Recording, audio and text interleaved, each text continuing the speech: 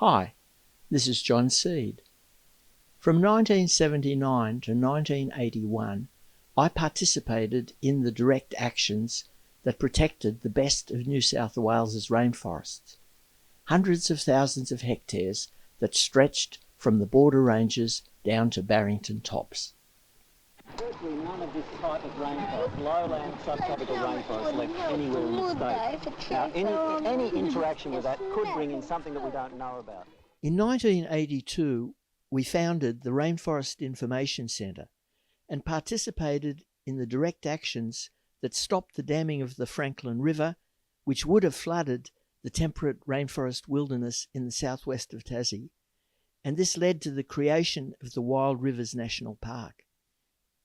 A few years later, at Cape Tribulation, we blockaded the destruction of the tropical rainforests of far north Queensland, leading to the creation of the Daintree National Park.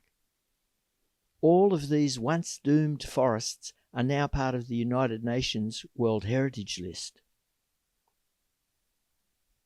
In 2002, in the run-up to the New South Wales elections, we made a film with David Attenborough and David Suzuki, and with Jack Thompson as the voice of Tiger Quoll, and Olivia Newton-John as the voice of Koala. You two-legged drongo.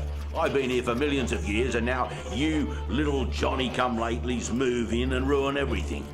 I don't know why they let you off the ship. Why don't you swim back to where you came from? Hi, guys. I know what you mean. My family's been shot at, stuffed, made into hats and purses, squashed flat by their cars, torn to bits by their dogs, and many of the gum trees we need for our food have been cut down. It's stressed us out so much we've got sick, and many of us are going blind. We're a national symbol for the humans, yet we're in danger of extinction.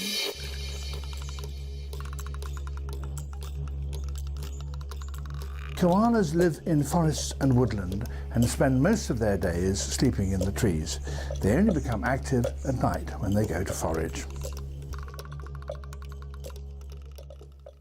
We did over 100 screenings around the state, about 8,000 people attended, and as the lights went on after each show, there were card tables at the back of the hall or cinema for people to write letters to the New South Wales government asking for the reservation of about 65,000 hectares of old-growth forests, the habitat needed by the 4 endangered species that starred in our film.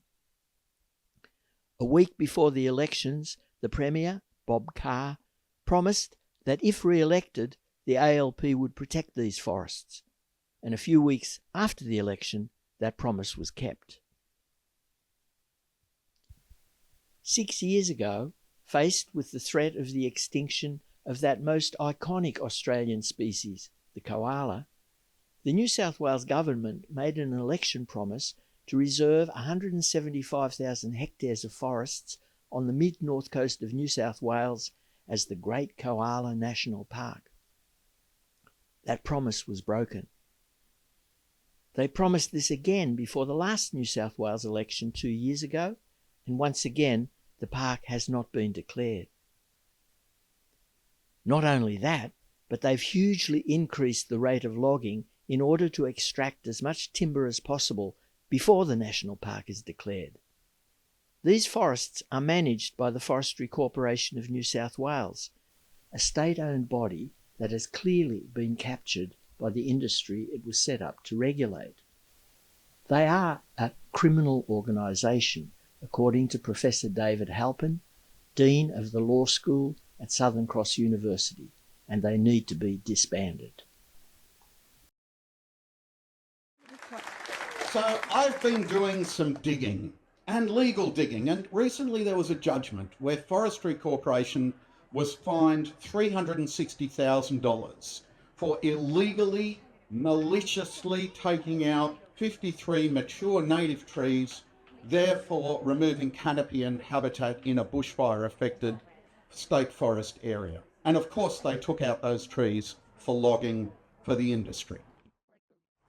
They argued in court that they had good prospects of rehabilitation. The court rejected that completely. They argued that they had low prospects of reoffending. The court rejected that comprehensively. They said they were remorseful. No, said the court, you have tried to minimise the damage you've caused, and we reject that as well. They said their evidence was clear and compelling, and the judge said no, it was vague and unhelpful. The court also detailed 14 prior convictions. That's leaving aside matters where they just got tickets or warnings or notices. This is actually beyond a reasonable doubt criminal offences. The government was supposed to announce the Great Koala National Park in December 2024. They didn't do so, and logging in the future national park has intensified again. The logging industry is lobbying to have the park reduced to 1/3 of the promised size. We demand that logging cease immediately, that the government reserve the full 175,000 hectares as they have promised to do, and that the criminal organisation, the Forestry Corporation of New South Wales, be disbanded. There will be protests around their head office in Coffs Harbour from 10 a.m. on Monday, January 13, and another action at the same time in Sydney, organised by the Bob Brown Foundation and the Rainforest Information Centre. But, most importantly, many New South Wales conservation organisations are joining us for a social media campaign that will ensure that the government fulfills its promises in their entirety. Please write to your local Member of Parliament and put half an hour aside this week and another half hour on Tuesday, January the 14th to help spread the word. Please share this reel on social media and also email the link to friends. Please view David Halpin's The Forestry Commission of New South Wales is a Criminal Organisation reel and share it far and wide. On Tuesday, January 14, please go to the Rainforest Information Centre's welcome page and follow the link there to the social media posts about the previous day's actions and share this far and wide.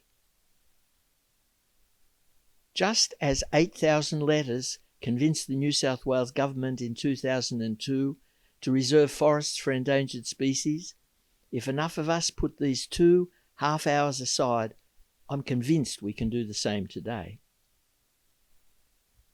Actions like these saved New South Wales's ancient forests in 1979 and in 2002 and will do so again in 2025. Please participate in this historic social media action. See details and links in the notes below this clip.